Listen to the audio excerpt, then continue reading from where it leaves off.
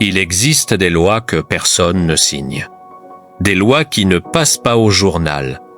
Pourtant, elles gouvernent nos choix, nos habitudes, nos échecs, nos vies entières. Tu ne les vois pas agir, tu ressens seulement leurs conséquences.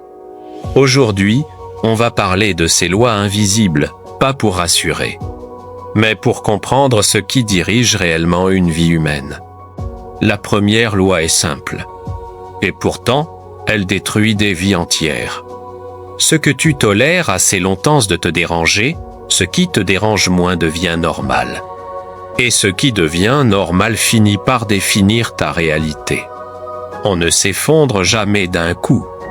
On s'habitue lentement.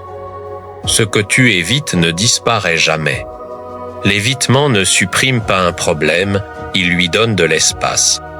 Plus tu évites, plus cela prend de la place dans ta tête, jusqu'à diriger tes décisions sans que tu t'en rendes compte.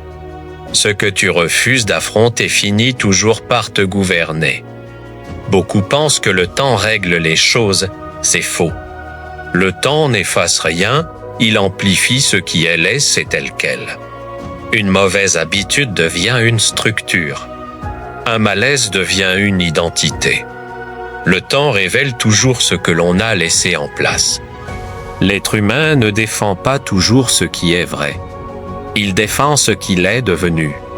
Changer signifie remettre en question son identité.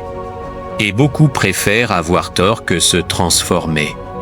L'identité est parfois la plus grande prison invisible. Le confort n'est pas un mal. Mais quand il devient une priorité, il anesthésie la lucidité. Ce qui ne dérange plus ne pousse plus à réfléchir.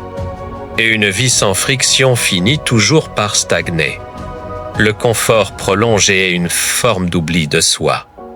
Ces lois ne sont ni bonnes ni mauvaises, elles sont là. Les ignorer ne les annule pas. Les comprendre, en revanche, redonne du pouvoir, une vie consciente commence toujours.